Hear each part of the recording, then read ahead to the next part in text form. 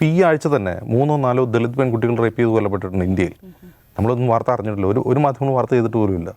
ബീഹാറിലെ മുസഫർപൂരിൽ 14 വയസ്സുള്ള ഒരു ദളിത് പെൺകുട്ടിയാണ് റേപ്പ് ചെയ്ത് കൊന്നത്. അങ്ങനെ ഒരു വാർത്തയെ നമ്മൾ കേട്ടിട്ടില്ല. അങ്ങനെ 3-4 സംഭവങ്ങൾ ഈ ആഴ്ച തന്നെ ഉണ്ടായിട്ടുണ്ട്, ഈ ഉത്തരേന്ത്യൻ സംസ്ഥാനങ്ങളിൽ മാത്രം. പക്ഷേ ഇതിൻ്റെ ആത്യന്തിക നേട്ടം ആർക്കായിരിക്കുമെന്ന് നമ്മൾ ആലോചിച്ച് തലമുണ്ടാക്കുകയൊന്നും വേണ്ട. ഇത് ആളിക്കത്തിക്കുന്ന ഒരൊറ്റ ഉദാഹരണം പറയാം. 4 ദിവസമായി നാഷണൽ ചാനലുകൾ ഇത് തന്നെയാണ്, 24/7 ആണ്. നമ്മളിപ്പോൾ വയനാട് ദുരന്തം റിപ്പോർട്ട് ചെയ്യുന്നത് പോലെ 24/7. ഇപ്പോൾ ഇന്ന് ദേശീയ ചലച്ചിത്ര പുരസ്കാരം പ്രഖ്യാപിച്ചു. ഏതെങ്കിലും നാഷണൽ ചാനൽ ലൈവ് കവർ ചെയ്യുന്നുണ്ടോ നിങ്ങളായാലും? ഒരാളും ചെയ്തിട്ടില്ല, ഒരാളും അതിൽ നിന്ന് വിട്ടിട്ടില്ല. അപ്പോൾ നമുക്ക് അതിൻ്റെ ഉദ്ദേശം വ്യക്തമാണ് മാത്രം.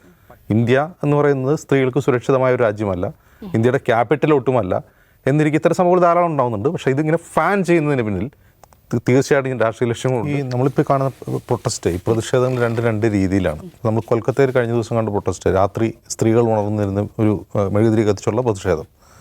ആ പ്രതിഷേധം യഥാർത്ഥത്തിൽ ആ ഡോക്ടർക്കെതിരെ ഉണ്ടായിട്ടുള്ള ക്രൂരമായ ആക്രമണത്തിലുള്ള പ്രതിഷേധമാണ്. സ്ത്രീ സുരക്ഷയുമായി ബന്ധപ്പെട്ട പ്രശ്നമാണ് അവർ ഉന്നയിക്കുന്നത്. IMAയുടെ പ്രശ്നം അതല്ല, അവരുടെ തൊഴിലിടത്തിൽ ഡോക്ടർമാർക്കുള്ള സുരക്ഷയെക്കുറിച്ചാണ്. രണ്ട് കാര്യമാണ്.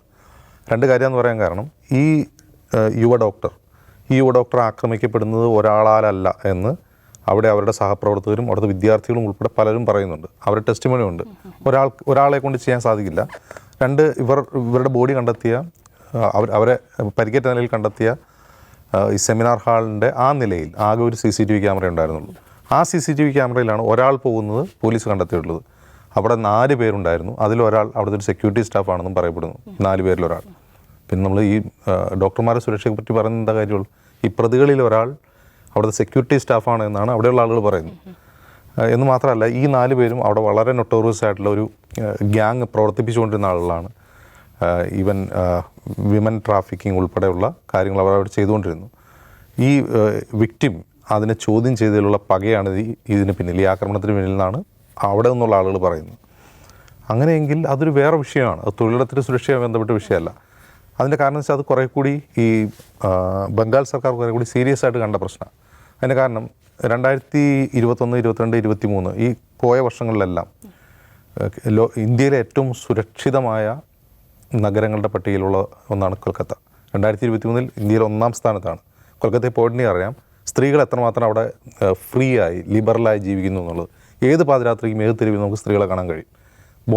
ഒരുപക്ഷെ ബോംബേക്കാൾ ആ അർത്ഥത്തിൽ സ്ത്രീ സുരക്ഷയുള്ളൊരു സ്ഥലമാണ് ഈ പറയുന്ന ഡൽഹി പോലെയല്ല എന്നാണ് പറയുന്നത്. ഡൽഹി പോലെയല്ല, കൊൽക്കത്ത കുറേ കൂടി സ്ത്രീകൾക്ക് സുരക്ഷിതമുള്ള സ്ഥലമാണ്. അത്തരമൊരു നഗരത്തിൽ ഇങ്ങനെയൊരു പ്രശ്നം, ഈ നിർഭയ മോഡലിലൊരു ആക്രമണം ഉണ്ടായതുകൊണ്ടാണ് അവിടുത്തെ ജനങ്ങൾ പ്രതിഷേധിച്ചത്. ആ പ്രതിഷേധം ന്യായമാണ്. സ്ത്രീകൾ ഉൾപ്പെടെ പാതിരാത്രി തെരുവിലിറങ്ങി പ്രതിഷേധിക്കുകയായിരുന്നു. ആ പ്രതിഷേധക്കാർക്ക് നേരെയും അവിടെ ഉണ്ടായിരുന്ന സമരപ്പന്തലും അടിച്ചു തകർത്തുകൊണ്ട് ഒരു വിഭാഗം ഗുണ്ടകൾ ആക്രമണം നടത്തിയത് നമുക്ക് കണ്ടു. അപ്പോൾ ഒന്ന് ആലോചിച്ച് നോക്കുക, ഒരു സ്ത്രീ ഈ ഭീകരമായി ക്രൂരമായി ആക്രമിക്കപ്പെടുന്നു, അവർ കൊല്ലപ്പെടുന്നു. അതിനെതിരെ അവിടെയുള്ള സ്ത്രീകൾ ഉൾപ്പെടെയുള്ള പൗരസമൂഹം പ്രതിഷേധിക്കുന്നു. ആ പ്രതിഷേധക്കാർക്ക് നേരെയാണ് ഈ ഗുണ്ടകൾ ആക്രമണം നടത്തിയത്. അപ്പോൾ അവരുടെ ലക്ഷ്യം എന്തായിരിക്കും? അതിന് പിന്നിൽ ആരായിരിക്കും? അത് തൃണമൂൽ കോൺഗ്രസിൻ്റെ ഗുണ്ടകളാണെന്ന് BJP ആരോപിക്കുന്നു. അതല്ല, അത് BJPക്കാർ തന്നെ ചെയ്തതാണ് അത് ചെയ്തത് എന്ന് മമതാ ബാനർജി ആരോപിക്കുന്നു. ആരായാലും അവരുടെ ലക്ഷ്യം എന്തായിരുന്നു എന്നുള്ളതാണ് പ്രസക്തം.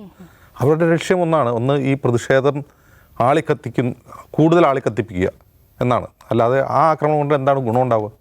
ഇപ്പോൾ സമരം ചെയ്യുന്ന ഈ വളരെ ക്രൂരമായ ഈ സംഭവത്തിനെതിരെ സമരം ചെയ്യുന്ന ആളുകളെ തല്ലിച്ചതച്ചുകൊണ്ട് എന്താണ് അതിൻ്റെ ഒരു ആഫ്റ്റർ എഫക്റ്റ്, അതിൻ്റെ ഗുണഭോക്താക്കൾ ആരായിരിക്കും എന്നാലോചിച്ചാൽ അതിൻ്റെ ഉദ്ദേശം എന്താണെന്ന് മനസ്സിലാവും.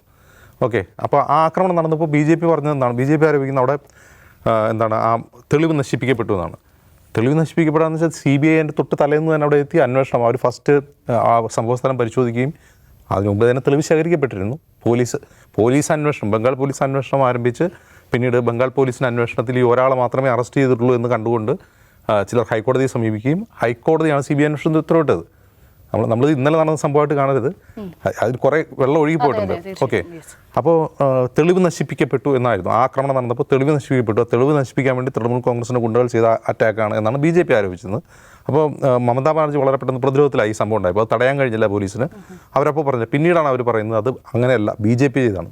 ആര് ചെയ്തായാലും അതിൻ്റെ ഉദ്ദേശം രാഷ്ട്രീയ നേട്ടമാണ്. ഞാൻ മുമ്പ് പറഞ്ഞല്ലോ, കൊൽക്കത്ത എന്ന് പറയുന്നത് സ്ത്രീകളെ സംബന്ധിച്ച് വളരെ സുരക്ഷിതമായൊരു നഗരമാണ്. ആ നഗരത്തിൽ ഇത്രയും ക്രൂരമായൊരു ആക്രമണം ഒരു യുവ ഡോക്ടർക്കെതിരെ ഉണ്ടാകുന്നു. അത് കൊൽക്കത്തയ്ക്ക് നാണക്കേടാണ്, ബംഗാളിന് നാണക്കേടാണ്. അവിടെ ഉണ്ടായ പ്രശ്നം എന്ന് വെച്ചാൽ പോലീസ് തുടക്കത്തിൽ ആ കേസന്വേഷണത്തിൽ വീഴ്ചകൾ വരുത്തി എന്നുള്ളതും ഈ അവിടെ ആ രാജിവെക്കേണ്ടെന്ന പ്രിൻസിപ്പാലിന് ഈ പ്രതികളിൽ ചിലരുമായി ബന്ധമുണ്ട് എന്നുള്ളതും അദ്ദേഹം അവരെ സംരക്ഷിക്കാൻ ശ്രമിച്ചു എന്നുള്ള ആരോപണം ഈ കോളേജിനകത്തുനിന്ന് ഉയർന്നതാണ് ഇതിൽ തൃണമൂൽ കോൺഗ്രസ് സർക്കാരിനെതിരെ വരാനുള്ളൊരു കാരണം. പക്ഷേ ഇതിൻ്റെ ആത്യന്തിക നേട്ടം ആർക്കായിരിക്കുമെന്ന് നമ്മൾ ആലോചിച്ച് തലമുണ്ടാക്കുകയൊന്നും വേണ്ട. ഇത് ആളിക്കത്തിക്കുന്നു. ഒരൊറ്റ ഉദാഹരണം പറയാം. 4 ദിവസമായി നാഷണൽ ചാനലുകൾ ഇത് തന്നെയാണ് 24/7 ആണ്. നമ്മളിപ്പോൾ വയനാട് ദുരന്തം റിപ്പോർട്ട് ചെയ്യുന്നത് പോലെ 24/7. ഇപ്പോൾ ഇന്ന് ദേശീയ ചലച്ചിത്ര പുരസ്കാരം പ്രഖ്യാപിച്ചു. ഏതെങ്കിലും നാഷണൽ ചാനൽ ലൈവ് കവർ ചെയ്യുന്നുണ്ടോ നിങ്ങളായാലും? ഒരാളും ചെയ്തിട്ടില്ല, ഒരാളും അതിൽ നിന്ന് വിട്ടിട്ടില്ല. അപ്പോൾ നമുക്ക് അതിൻ്റെ ഉദ്ദേശം വ്യക്തമാണ്. മറ്റൊന്ന്, ഇതിനിപ്പോൾ എന്തുകൊണ്ട് മീഡിയ അട്രാക്ഷൻ എന്തുകൊണ്ട് കിട്ടുന്നു എന്നുള്ള ചോദ്യമുണ്ട്. ഇപ്പോൾ ഈ ആഴ്ച തന്നെ 3-4 ദളിത് പെൺകുട്ടികൾ റേപ്പ് ചെയ്ത് കൊല്ലപ്പെട്ടിട്ടുണ്ട് ഇന്ത്യയിൽ. നമ്മളൊന്നും വാർത്ത അറിഞ്ഞിട്ടില്ല, ഒരു മാധ്യമങ്ങളും വാർത്ത ചെയ്തിട്ട് പോലുമില്ല. ബീഹാറിലെ മുസഫർപൂരിൽ 14 വയസ്സുള്ള ഒരു ദളിത് പെൺകുട്ടിയാണ് റേപ്പ് ചെയ്ത് കൊന്നത്. അങ്ങനെ ഒരു വാർത്തയെ നമ്മൾ കേട്ടിട്ടില്ല. അങ്ങനെ 3-4 സംഭവങ്ങൾ ഈ ആഴ്ച തന്നെ ഉണ്ടായിട്ടുണ്ട്, ഈ ഉത്തരേന്ത്യൻ സംസ്ഥാനങ്ങളിൽ മാത്രം. ഇന്ത്യ എന്ന് പറയുന്നത് സ്ത്രീകൾക്ക് സുരക്ഷിതമായ ഒരു രാജ്യമല്ല, ഇന്ത്യയുടെ ക്യാപിറ്റൽ ഒട്ടുമല്ല. എന്നിരിക്കും ഇത്തരം സംഭവങ്ങൾ ധാരാളം ഉണ്ടാകുന്നുണ്ട്. പക്ഷേ ഇതിങ്ങനെ ഫാൻ ചെയ്യുന്നതിന് പിന്നിൽ തീർച്ചയായിട്ടും രാഷ്ട്രീയ ലക്ഷ്യങ്ങളുണ്ട്. കാരണം ബംഗാൾ എന്ന് പറയുന്നത് എപ്പോഴും ഈ ഒരു പൊളിറ്റിക്കൽ ഹോട്ട്സ്പോട്ടാണ് എന്നുള്ളതുകൊണ്ട് തന്നെ അതിൻ്റേതായ അനുരണനങ്ങൾ ഉണ്ടാകും എന്നുള്ളത് നമ്മൾ മനസ്സിലാക്കും.